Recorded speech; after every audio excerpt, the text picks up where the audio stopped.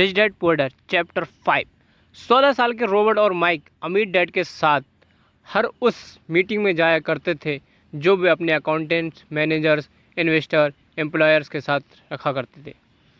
यहाँ तक एक ऐसे अमीर डैड देखने को मिलते जो पढ़े लिखे नहीं हैं, लेकिन 13 साल में ही स्कूल छोड़ दिया था, मगर आज वो मीटिंग्स रखते हैं, अपने नीचे काम करने वाले पढ़े लिखे लोगों को ऑर्डर देते हैं, उन्हें बिजनेस की टिप्स समझाते हैं। एक ऐसा इंसान जो भीड़ का हिस्सा नहीं बना, जिसने रिस्क लिया और जिसने लोगों को परवाह नहीं की, जिसे ये डर नहीं था कि लोग उसके बारे में क्या सोचेंगे।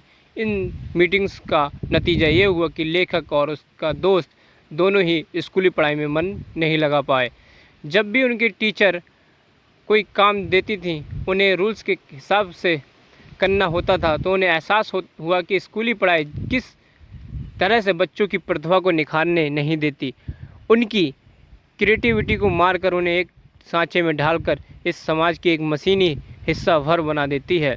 और उन्हें टीचर की इस बात से भी इनकार था कि अच्छे ग्रेड्स लाकर ही सक्सेसफुल और अमीर बना जा सकता है। एक दिन रॉबर्ट को अपने गरीब डैड से बहस हो गई। उनके पिता का मानना था कि उनका घर उनके लिए एक बेस्ट इन्वेस्टमेंट है, मगर वो एक रेट रेस में भाग रहे थे। उनकी इनकम और खर्चे बराबर ही थे।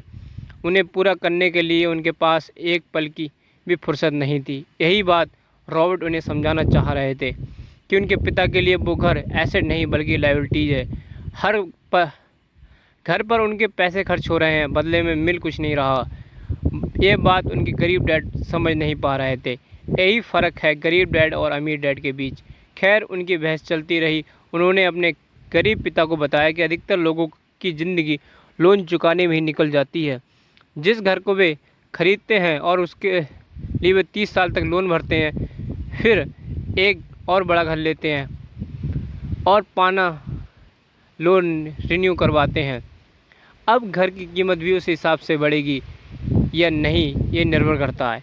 कुछ लोग ऐसे भी हैं जिन्होंने घर खरीदने के लिए एक बड़ी रकम ली थी, जितनी घर की कीमत नहीं थी, उससे ज़्यादा कर्ज उनके सिर पर चढ़ गया। इसका सबसे बड़ा नुकसान लोगों को ये होता है कि बाकी जगह इन्वेस्टमेंट नहीं कर पाते, क्योंकि उनका सारा पैसा उस घर पर लगा है। उन्हें कभी इन्वेस्टमेंट करने का मौका ही नहीं मिल पाता, ना ही वे इस बारे में कुछ सीख पाते हैं।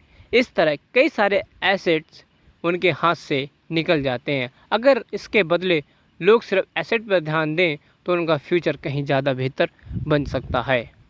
अब उदाहरण के लिए रॉबर्ट की पत्नी के पेरेंट्स एक बड़े घर से शिफ्ट हो गए।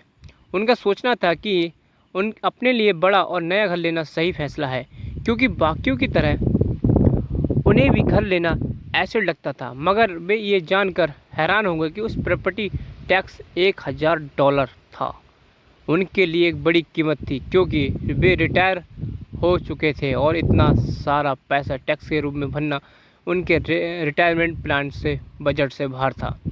बेशक हम ये नहीं कह रहे हैं कि आप नया घर ना लें, बल्कि ये समझाना चाहते हैं कि जितने पैसे से आप एक बड़ा घर लेंगे, उतने ही पैसे से आप एक एसेट में इन्वेस्ट करें तो बेहतर होगा।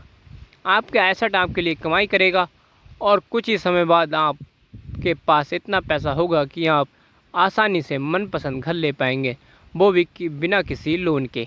अमीर और ज़्यादा अमीर क्यों होते रहते हैं? भाई, मिडिल क्लास आगे क्यों नहीं बढ़ पाते हैं? इसके पीछे भी एक वजह है। कारण सीधा है, अमीर एसेट खरीदते हैं और उनका पैसा दुगना करता है। उस पैसे के बारे में सारे खर्चे मज़े से निपट जाते हैं। और मिडिल क्लास क्या करते हैं? वो तो बस महीने की एक तारीख का इंतज़ार करते हैं। जब उनकी सैलरी आए तो सारी की सारी सैलरी तो खर्चों के पूरे करने में ही ख़त्म हो जाती है। तो इन्वेस्टमेंट कहाँ से होगा? और फिर जब सैलरी बढ़ती है तो उस पर टैक्स भी बढ़ जाता है, उसी हिसाब से बाकी खर्चे भी। फिर अंत में वही रेट रेस चलती रहती है। नेक्स्ट वीडियो नेक्स्ट डे, तब तक के लिए जय हिंद।